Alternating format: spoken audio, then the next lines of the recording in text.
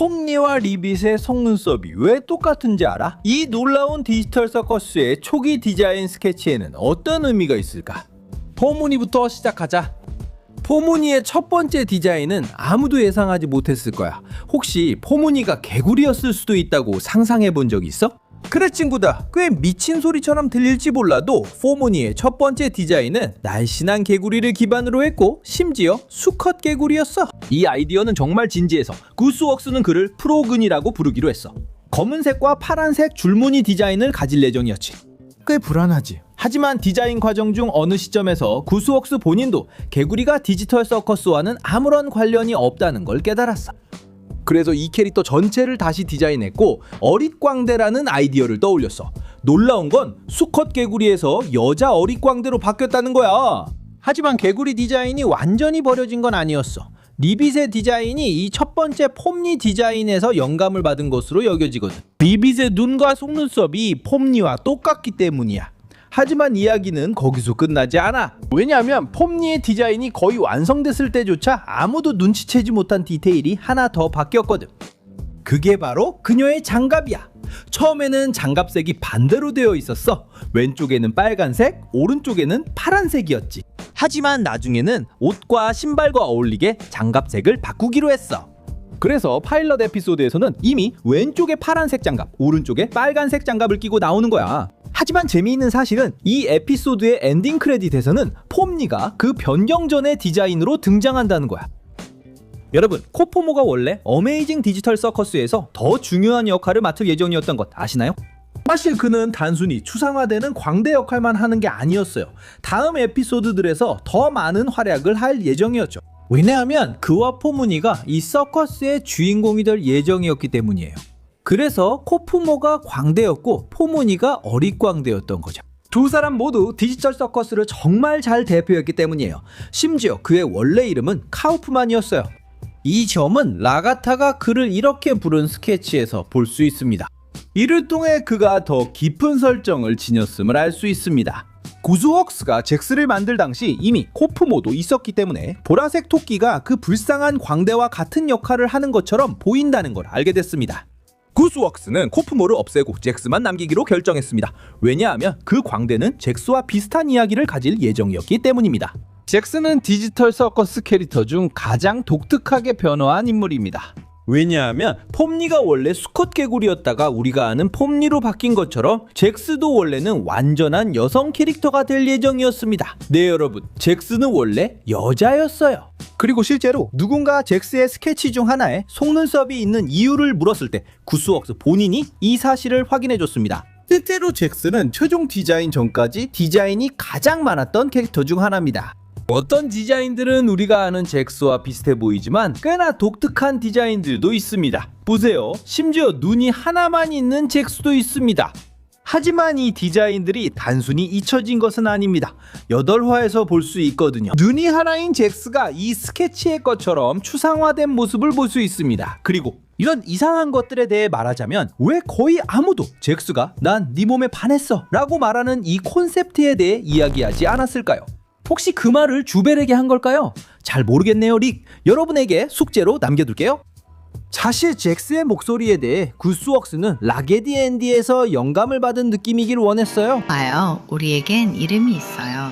당신은 라게디 앤이고 저는 앤디예요. 하지만 코박은 그대로 따라하고 싶지 않았기 때문에 좀 더 냉소적이고 비꼬는 그리고 저속한 목소리 톤을 추가했어요. 그렇게 해서 잭스의 참을 수 없는 목소리가 탄생한 거예요. 그리고 여러분, 이 사이코패스 토끼의 모든 디자인은 파피 더 퍼포머의 파피에게서 큰 영감을 받았고 몇 가지는 로저 레빗에서 따온 것도 있어요. 라가타는 거의 그 이름이 아니었어요. 네, 원래 구스웍스는 그녀 이름을 엠미로 하려 했고 라가타는 에미였어요. 라가타의 이름은 에미였지만 그때는 그렇게 멋지다고 생각하지 않았어요. 라가타가 더 낫다고 생각했죠. 하지만 파일럿 전에 그녀는 이름을 바꾸기로 했고 이유는 정확히 설명하지 않았어요. 그리고 재미있는 점은 다른 캐릭터들과 달리 라가타는 디자인이 바뀌지 않았다는 거예요. 그녀의 외모는 첫 스케치부터 최종 버전까지 거의 똑같이 유지됐어요. 하지만 꽤 이상하고 기괴한 아이디어 하나는 버렸죠.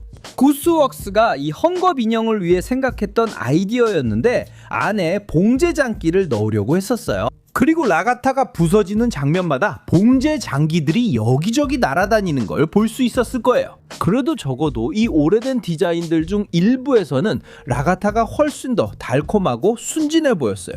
마치 전형적인 어린이 인형처럼요. 주벨의 디자인은 아무 이유 없이 나온 게 아닙니다. 구스웍스가 어메이징 디지털 서커스 이전부터 쓰던 삼각형 형태에서 유래했어요. 실제로 예전 애니메이션들에서 비슷한 예를 볼 수 있습니다. 예를 들어 바운티 헌터의 일레인, 올해의 유령, 더 다니드 박스맨 쇼 등이 있습니다. 그러니까 주벨과 그의 디자인은 이미 구스웍스가 다루던 스타일의 일부인 거죠. 그리고 혹시 몰랐다면 구스웍스는 절대 디자인을 완전히 고정시키지 않아요. 에피소드가 진행될수록 그의 몸이 많이 변해요. 디지털 서커스 안 그의 문에 붙어있는 사진에서도 이런 변화가 보여요. 또한 거스 구스웍스는 이것이 완전히 의도된 일이라고 했어요. 이 말이 되는 이유는 주벨이라는 캐릭터가 솔로 아고고라는 장난감에서 영감을 받았기 때문입니다. 이 장난감은 기묘하고 추상적인 디자인의 플라스틱 조각 여러 개로 되어 있어서 원하는 대로 조립하고 꾸밀 수 있습니다. 여러분은 케인이 원래 악몽을 꾸게 할 수 있었다고 생각해 본 적 있나요? 물론이죠 여러분. 케인의 첫 번째 디자인은 이빨이 너무 현실적으로 생겼었어요. 우리가 지금 알고 있는 이런 만화 같은 이빨이 아니었죠. 사실 디지털 서커스 전체 분위기 자체가 훨씬 더 무섭고 어두웠어요. 그 후 케인의 또 다른 더 이상한 디자인이 있었는데 그때는 눈이 입 안에 있지도 않았어요. 오히려 입 위에 있었죠. 그리고 물론 최종 디자인보다 훨씬 더 기괴해 보였어요. 우리가 알고 있는 디자인에서 구스웍스는 케인이 꽤 과장되고 혼란스러운 모습으로 남도록 신경 썼어요. 하지만 여전히 꽤 흥미로운 디테일을 가지고 있죠. 케인은 이색 홍채증이 있어서 즉 눈 색깔이 서로 다나요. 사실 그의 초록색 눈은 제플이라고 불린다는 걸 알고 있었나요? 그런데 케인에 대한 뒷얘기는 여기서 끝나지 않아요 여러분. 그의 이름이 말장난일 수도 있거든요. 그리고 이에 대해 두 가지 가능성이 있어요. 카니노, 송곳니에서 온 것일 수도 있고 아니면 노보카인, 치과에서 이를 뽑을 때 아프지 않게 해주는 약에서 온 것일 수도 있어요. 마지막으로 구스웍스가 케인이라는 이름을 이루는 글자들이 무슨 뜻인지 농담한 적이 있어요. 그녀는 영어로 Creative Ass Insertion, Newlywed Experience라는 의미라고 했어요. 스페인어로 번역하면 창의적인 엉덩이 삽입을 통한 신혼 경험이라는 뜻이에요. 하지만 제 생각에는 스페인어로 실험적인 엉덩이 때리기와 모험 창조라고 하는 게 더 나을 것 같아요. K. 저도 킹거가 디지털 서커스에서 가장 무해하고 친근한 캐릭터 중 하나라고 생각해요. 하지만 그의 원래 디자인을 봤다면 그렇게 생각하지 않았을 거예요. 디자인은 거의 똑같이 유지됐지만 눈에 관해서는 꽤 기괴한 버전이 있었어요. 이 눈들은 말 그대로 체스말 머리에 붙어 있었어요. 마치 방사능 돌연변이처럼요. 그리고 별로 중요한 변화는 아닌 것 같지만 이 작은 디테일만으로도 불쌍한 킹거에게 꽤 무서운 분위기를 줬어요. 결국 구스웍스는 눈도 손처럼 공중에 떠 있도록 결정했어요. 그래서 최종 디자인에서는 그렇게 남게 되었고 더 엉뚱한 느낌을 주게 되었죠. 그리고 마지막으로 간고가 남았어요. 간고는 거의 변화가 없었던 캐릭터 중 하나라고 말할 수 있어요. 처음부터 거의 변함없이 유지됐어요. 구스웍스는 간고의 디자인을 완전히 정해놓았거든요.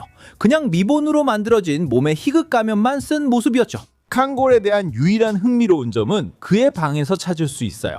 놀라운 디지털 서커스에서 그의 방을 보여줄 때 그는 희극 가면 컬렉션을 가지고 있음을 볼 수 있어요. 하지만 이 모든 가면들 중에서 우리는 구스웍스가 놀라운 디지털 서커스 이전에 만든 단편 영화에 나오는 얼굴 없는 얼굴과 매우 비슷한 가면을 하나 찾을 수 있어요. 하지만 스파 시즌은 어떨까요? 우리가 네 번째 화에서 봤던 그 레스토랑 말이에요. 사실 구스웍스는 그 레스토랑을 만든 것으로 추정되는 남자의 원래 모습이 어떻게 보일지에 대해 공유한 적이 있어요. 처음에는 눈이 달린 감자였고 여러 가지 디자인이 있었지만 그중 어느 것도 창작자가 마음에 들어하지 않았던 것 같아요. 실제로 한 게시물에서 그녀는 결국 이 캐릭터를 KFC의 그 대령과 비슷하게 만들기로 결정했다고 직접 말했어요. 그녀는 스파시즈 레스토랑의 공식 지도 모습도 공유했어요. 여기서 우리는 스포치즈가 구스웍스가 예전에 일했던 맥도날드를 모델로 만들어졌다는 것을 알 수 있습니다. 3화에도 여러 컨셉트 아트가 있었는데 예를 들어 악마 천사라는 콘셉트는 날개가 달린 버전도 있었습니다. 그리고 여러 모델에서 그의 표정과 얼굴을 볼 수 있는데 이들은 분명히 3화에 등장했습니다. 하지만 가장 무서운 것은 그 에피소드에 실제로 등장했던 무서운 캐릭터들의 머리 장식 콘셉트 아트도 볼 수 있다는 점입니다. 심지어 유령 캐릭터도 두 가지 다른 디자인이 있었다는 것을 볼 수 있습니다. 첫 번째는 훨씬 더 단순한 디자인이었습니다. 가운데 있는 디자인이 실제로 에피소드에 사용된 최종 버전이고, 세 번째 디자인은 어둠 속에 숨어서 웃고 있는 어두운 피부의 남성 밈을 참고한 것입니다. 아무튼 여러분은 이 놀라운 디지털 서커스의 디자인에 대해 모두 알고 계셨나요? 댓글에서 여러분의 의견을 기다리겠습니다.